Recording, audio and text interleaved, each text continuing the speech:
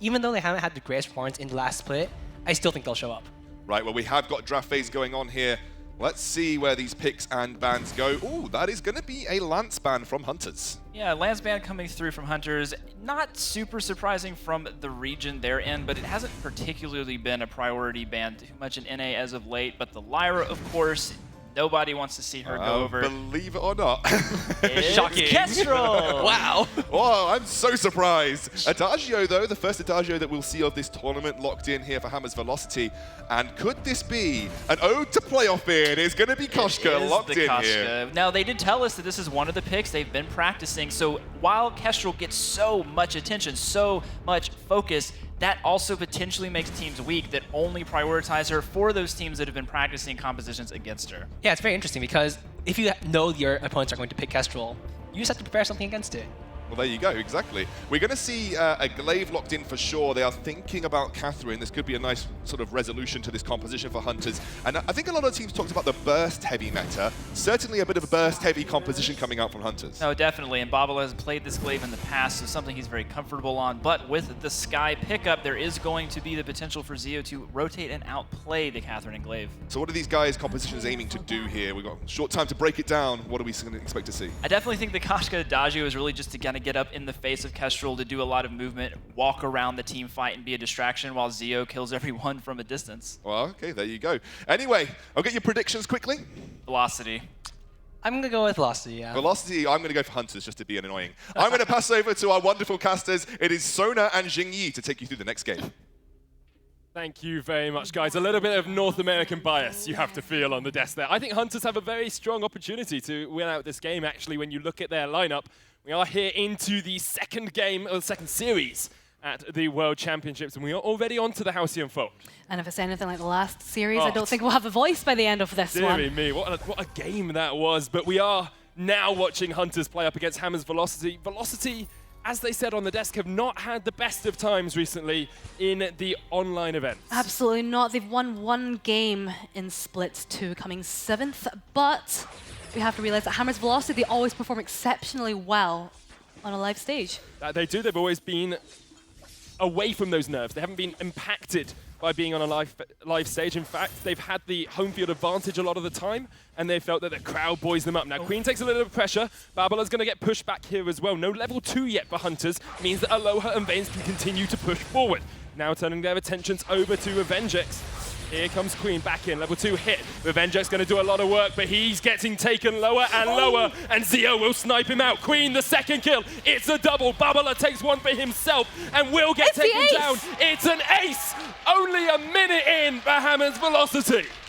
Well, Velocity having a very aggressive start, and I've got to say, they have a great early game composition, especially with Adagio and that Koshka in the jungle, for the start anyway, and especially going into 2 melee heroes with that Catherine and the Glaive, it's so easy for the Adagio just to heal and get Queen and Babala on fire there, and you can just do a lot of damage from the backline, even as a roam. I want to just bring your attention to a unique item choice here, something we haven't seen for a good couple of updates.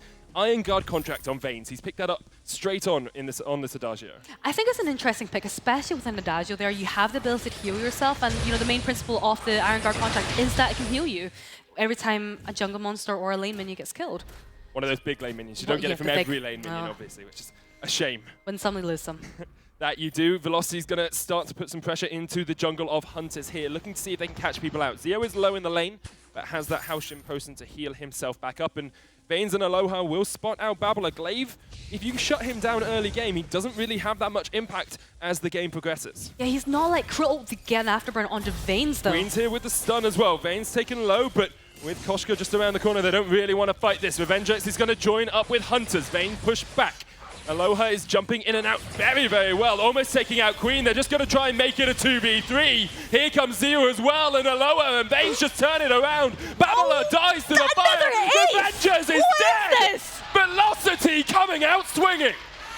This is a completely different Velocity that we have seen so far in Awesome We have a 1 minute ace and a 4 minute ace in the game. What on earth is going on? Velocity, just no time for waiting around. They are living up to their name and coming out swinging in this game. I mean, they've gone for a very, very early game composition, especially with that Koshka there. And you also have to look at the positioning coming out from Hunters. They're all staying very, very clumped up together, and it's so easy for Koshka to use her Twirly Death and just take a lot of damage down from them, because Koshka, she excels in the early game. This is what we all recognize Koshka to be as, you know. Yeah, building that crystal power up as well. Will she? My question is, do you go for the sort of aftershock Koshka build that we see a lot of the time, or do you go towards Shatterglass Broken Myth, which is the Koshka build we've seen more recently? I'll go for the Shatterglass, just go for that pure damage. One thing that I kind of want to point out right now is looking at Revenger X's build, is he's gone for that Crystal Kestrel, and I'm not a massive fan of that, purely because you have this Koshka, you have this Sky that can dive onto you, and that prevents Revenger X from using his active camo, so he has no escape. He's got a lot of damage, yes, but if they're getting onto him every single time, what's the point? Velocity even staying around to take away this minion mine, or at least start it up. They will get the first minion mine of the game, and it's in the Hunter's jungle. Hunter's already fallen 2,000 gold behind. Babala is looking for a little bit of a flank perhaps here, but they can't get their own jungle, and Zio's doing a very good job of leaving the lane and making sure they can't try and counter jungle as well. Exactly, he's pushing up the lane every single time. He's going down to his own jungle to take their farm away to prevent for the counter jungling coming out from Hunters, as you were saying. And I think this is a very, very swift snowball that we'll be able to be seeing. If they can continue to keep this up, as you said, Glaive, if he can't get the gold early, it's going to be very difficult for him. Sitting only on 14 CS already, and Aloha just steps into the jungle, says hello to Queen, takes her down low, trying to take out the Monarchy, of course, and there's no Queens here in the States. There isn't. No, so We don't have them in China either. that's true, actually. Yeah. We've got one. We've got Hunter's Queen. So it's the only queen they need over in China. Velocity, once again, just denying as much gold as they can off the Halcyon Fold. 2,000 gold their lead at the moment, starting to build up those items. Zio is going Weapon Power Sky, so building up towards the Sorrow Blade. It's something that has sort of risen into the meta a little bit more now, especially with a lot of Crystal Power junglers. Weapon Power Sky in the lane can force back things like a Kestrel. The thing is, if you look at the build, you've got a Glaive and a Catherine. That's great for peeling people away from the Kestrel, but when you've got a Weapon Sky, who with every basic attack gets this move speed, Revenger X isn't going to get away. There's constantly this gap closing, and look at the damage that's being taken out on Babala right now. So strong, and I love this from Velocity as well. They're not giving an inch. They continue to push onto these turrets. Aloha is taken low as he took some aggro from the turret there, and Hunters will be able to defend it for now, but every little bit of damage you can get down in these early stages counts, especially when it's on a tier 2 turret. Yeah, that turret is going down very, very quickly, and that's a 2k gold lead at 6 minutes? Yep, just about 6 minutes in. It's been the same since about that ace at 3 minutes. I think we're due another ace right now yeah, from Velocity. I think it's an ace every 2 minutes, so actually we're a minute behind.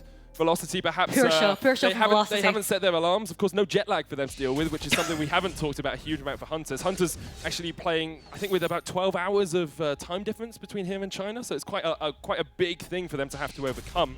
That is part of the home field advantage that some of the North American teams have, and perhaps why the analysts said they think it's going to be a Velocity victory. I can see Glaive just picked up that tension bow there, and again, it's not something I'm a massive fan of, because right now they don't have the early game. They definitely do not have the early game. The only hope they have is the late game, and the tension bow is very much an early game item. So by the time you do get into the late game, where perhaps Hunters have this chance, that tension bow is going to fall off massively. It's exactly as you say. I mean, we see it on a lot of Glaives because you can control the early game, but they have just been forced into exactly the positions Velocity wants. Babala has to use the afterburn to get away.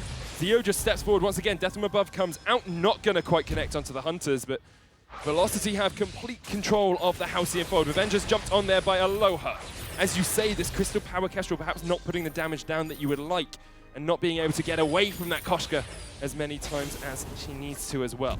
I mean, even when Revenger X is getting the damage down, all Vanes has to do is just heal them back up. And that turret, I don't think it's going to last much longer the way it's going right now. Velocity are looking for it. They have taken aggro though, after burning onto Aloha. Velocity trying to continue this push, but Aloha and Zio are taking a little bit of damage. If the fire will heal them up, of course. So Vanes with the fountain as well, with the Iron Guard keeping himself healthy, means that he can focus those heals on towards his teammates. Once again, the Death from Above comes out, and Velocity, all they've done is they've won the early game, and they said, look, we don't need to fight anymore. We can force them back with poke, and then just pressure their towers. I actually think if they need to, I want to see a little bit more aggression from them, so I disagree with you slightly, just because Baines is now past level 6. He's got that Verse of Judgment, and that's a great utility because of the positioning coming out from Hunters. They're still being very, very clumped up together, even with that Crystal Kestrel. And if you can get the 3-man stun, that's absolutely brilliant because Queen is nowhere near that Crucible yet. Yep.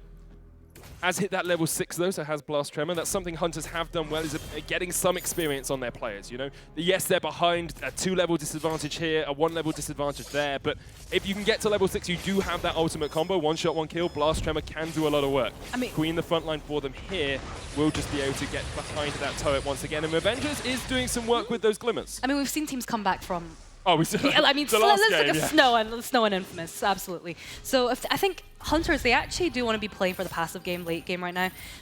And like I said, we're seeing the minion candies coming out from Velocity. We want to be seeing a bit more push coming out from them. But because of this Crystal Kestrel, he's able to clear the wave extremely fast, even with the minion candies on. Queen is going to be that front line. There's 1 minion left here for Velocity. Blast Tremor comes out. The tower has fallen though. Zio, the front line. Here comes the Koshka. Burst of Judgment used. 1 shot, 1 kill in the wrong direction. Oh, no! Revengers not realizing the way the enemy was facing, and Velocity get their 3rd ace of the game. They get the tower, and the Hunters fall to pieces under the Velocity onslaught. That 1 shot, 1 kill, I mean, it was perfectly lined. It happens. It happens. It absolutely does happen. You know, we see it with Saws, and that was just very, very painful moment there for Hunters. And right now, they're forced back to their last 2 hearts already, and we're under 10 minutes right now. Under 10 minutes in. Hammer's Velocity have realized, you know, there's no point getting kills unless we're going to get an ace. So every kill they've got has led to an ace thus far this game. If they continue that throughout the tournament, I will shave my head. We'll see if that works. Let's have a quick look at this replay as Hunters get dived under the tower. Yes, and that turret's getting poked down. The silence does get blocked, and that's very important. Zio there, he gets stunned, but the Suri Strike is there, and he's able to escape. And that 1 shot, 1 kill, that absolutely pivotal moment for Hunters, and that's the ace there. Going towards Velocity, 3rd ace of the game. Indeed, and they will. I was going to say they'll look towards the Kraken. This isn't a replay, guys. This is actually a live action now, so we are back into the game. I was going to say they would look towards the Kraken because that felt like the kind of point they were at. But we're only 10 minutes into the game, so the Kraken is a long, long way away from spawning. Babala's going to try and get in. Death from above comes down, chops out Queen. Baines is in the back line. Babala low. Fountain won't heal him. Aloha is in that front line. Look at the damage he does to Avenger X. And once again, it's an ace for Hammer's Velocity. 12 kills to 1. And they're looking towards those crystal turrets. 4th ace of the game, and I think they could actually potentially finish the game out now. They've got so much damage, and the minion candies and the Hunters aren't out yet. This could be the game. This could be the crystal going down. Babala, Queen, and Revenger X are going to try and stop it, but I just don't think they have the damage. Aloha's low. They will try and keep it alive, but they just cannot do it. They can't survive, and Hammer's Velocity, 12-1 in an 11-minute stomp. Just destroy the Hunters. I mean, plainly put, it all came down to that 1-minute ace at the very, very start. And the Hammer's Velocity, they knew exactly what they needed to do. They need to be super aggressive with that early game composition. They pushed it, they were able to snowball